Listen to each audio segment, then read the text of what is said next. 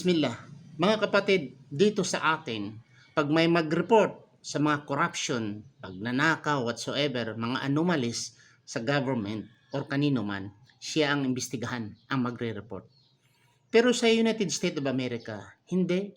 Binibigyan ng milyon-milyon kung malaki ang nakita, reward sa nagsusumbong, yung tinatawag na whistleblower. Ang Security and Exchange Commission nagbibigay sa United States of America. Ang International Revenue Service, IRS ng Amerika, malaking reward lang. Minsan umaabot pa ng milyon ang binibigay doon sa mga taong nagsasalita or nagsusumbong, nagbigay ng tips sa mga against the corruption. Sa South Korea, okay, also protects whistleblower and offer reward. Nag-o-offer pa sila ng reward. In Nigeria, provides percentage of recovered funds. Percentage, supposing nakakuha siya ng 10 million, mayroon siyang percentage. Who knows, mayroon siyang 1 million or 2 million. Kung anong na-recover, kung totoo yung niya, sinusumbong niya, mayroon pa siyang percentage. Saan ito? Sa Nigeria. Sa Malaysia, mayroon talaga ding batas sa Malaysia sa Whistleblower Protection Act 2010 sa Malaysia. May para protektahan sila at ang kanilang confidentiality against sa mga taong magbigay ng retaliation sa kanila. Automatic. Dito sa atin mag-apply pa ng protection, kung ano, imbestigahan pa, patay na.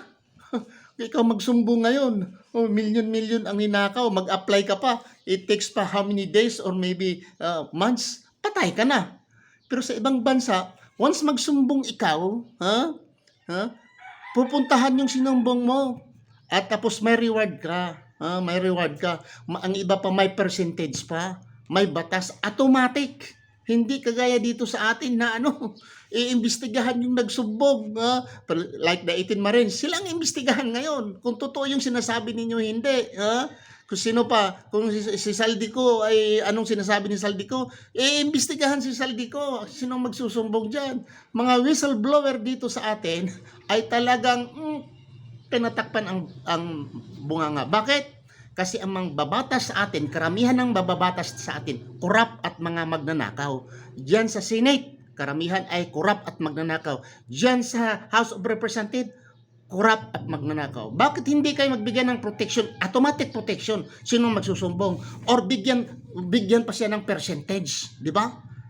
Pag ang nireport niya, custom, nag-worth ng 20 million, bigyan siya ng 2 million, kung totoo, kung mahuli. Pero ang problema, nagtatago ang nagsusumbong, hindi mang pakilala sa pangalan dahil takot sa retaliation, baka siya ang papatayin. Yan ang itsura sa atin, na yung mangbabatas sa atin, talaga ay hindi sila mangbabatas, mangbubutas sila. Dahil ano bang ginagawa nila dyan? Sabi nila, in aid of legislation. Hanggang ngayon, hindi kayo nakagawa ng batas na ganyan, nga automatic protection sa mga taong naging whistleblower, mag-apply pa na nga, aprubahan pa, anak po, patay ka na. Maraming salamat. Assalamualaikum warahmatullahi wabarakatuh.